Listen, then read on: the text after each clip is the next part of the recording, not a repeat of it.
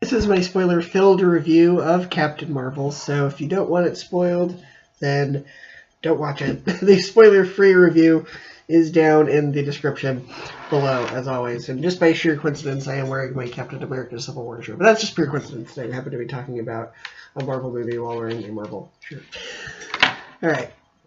I was really skeptical about this movie because none of the trailers exactly wowed me. I thought, well, that looks really average. But I said that about Guardians of the Galaxy. I said that about Captain America, which is actually my favorite Marvel movie from Phase 1. And actually, all the Captain America movies are my favorite from that phase, outside of Avengers. I said that about Ant-Man and Ant-Man and the Wasp. So, okay, so maybe it's just a case of bad marketing, and it is.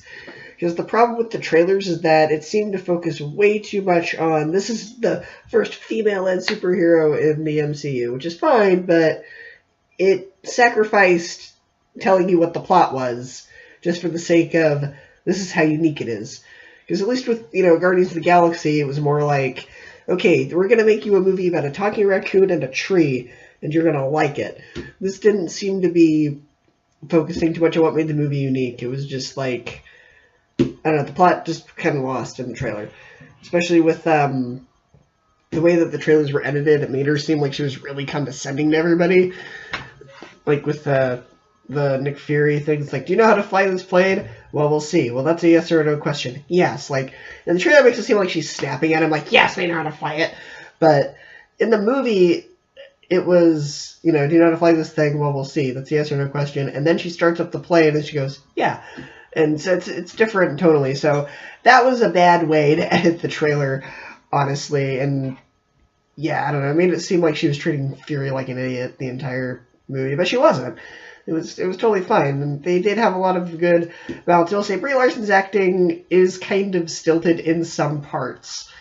It varies. Some parts I'm like, okay, this is really good. Then other parts I'm like, she's a block of wood. It depends on the scene. It also felt like they were trying to be too much like Guardians of the Galaxy, but like playing it safe. It was Guardians of the Galaxy without the risks.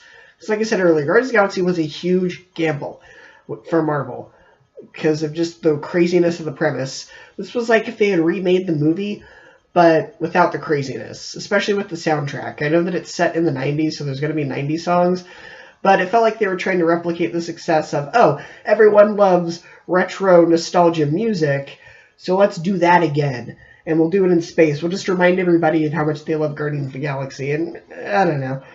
I mean, it worked, but it also felt like they were retreading, like they weren't really doing anything new. They were just trying to copy everything. But what worked, I really liked the cat. The cat was the best part. Is like he attacks them with like the mouth shoots out, and then he's like, do it again, purr, pick a side. Like, that was funny, and I liked the references to Blockbuster. R.I.P. Blockbuster. Blockbuster is good. I miss that. The Marvel logo being the tribute to Stan Lee. That was delightful. That was, I went at 10 in the morning, so there were only like 6 people in the theater, but we all stood and clapped for that, because that was good, even though there were like 6 people in the theater. Let's see what 10 o'clock Friday morning. Yeah. What else about the movie was good? Or bad. I mean, Jude Law's always good. And Ben Mendelsohn. Ben Mendelsohn is a good actor, but I don't know why they keep making him do American accents. Because in Robin Hood, where he gets to do a British accent, it works. In Rogue One, where he gets to do a British accent, it works. But Ready Player One, where he does an American accent, it's distracting. Same thing with this one. They make him do an American accent, and it's very distracting, because it's clearly not his real voice. Just let him do his own voice. It's fine how it is. He can still be chilling. He can still be evil. In fact, I'd argue even more so when he does his natural voice. Because with the American, it's like you can tell he's trying to force it out. It's just, it doesn't work, and it's kind of distracting. What else about the movie was good? I should have gathered my thoughts together before I started recording this. But yeah, I mean, it's above average. It wasn't like, oh, that was the best Marvel movie ever. No, it's not even in my top 10. Not even close. Captain Marvel isn't anywhere in my top 10. Neither is the character. She's not in my top 10 either. I don't hate her, though. I don't hate her, and I am excited to see her come back for other movies. But she's not my favorite. And I don't know if this is just like because it's the first movie. I'll give her a chance to kind of character evolution over the course of a couple of movies. But I don't know. As of now, I'm like, I want to see her things in other Marvel movies, but she's not like my favorite or even in my top 10. But yeah, I mean, it's slightly above average. I would say it's a good 8 out of 10 for me. It's good. It could have been a lot better. It felt like it was playing too safe. It doesn't feel like a Marvel movie made now.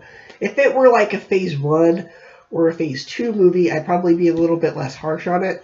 But because Marvel has come such a long way, this feels like they dialed it back a bit for the sake of just playing it safe, for taking risks, which is odd, because Marvel is known for taking risks. Case in point, as I've said 3 times now, Guardians of the Galaxy and Ant-Man, those were huge risks, and they paid off. So I don't know why they didn't look at those and go, well, those are risks. Maybe we can put a little more risk into this now, because people trust us now. But it was like, let's play this safe. So that part was a little disappointing, but I still enjoyed it. It's still a fun movie. I'd still say go see it. I'm not saying skip it completely. Do go see it. It is still a very fun movie. It is not bad. It is not the dumpster fire that the trailers made it seem.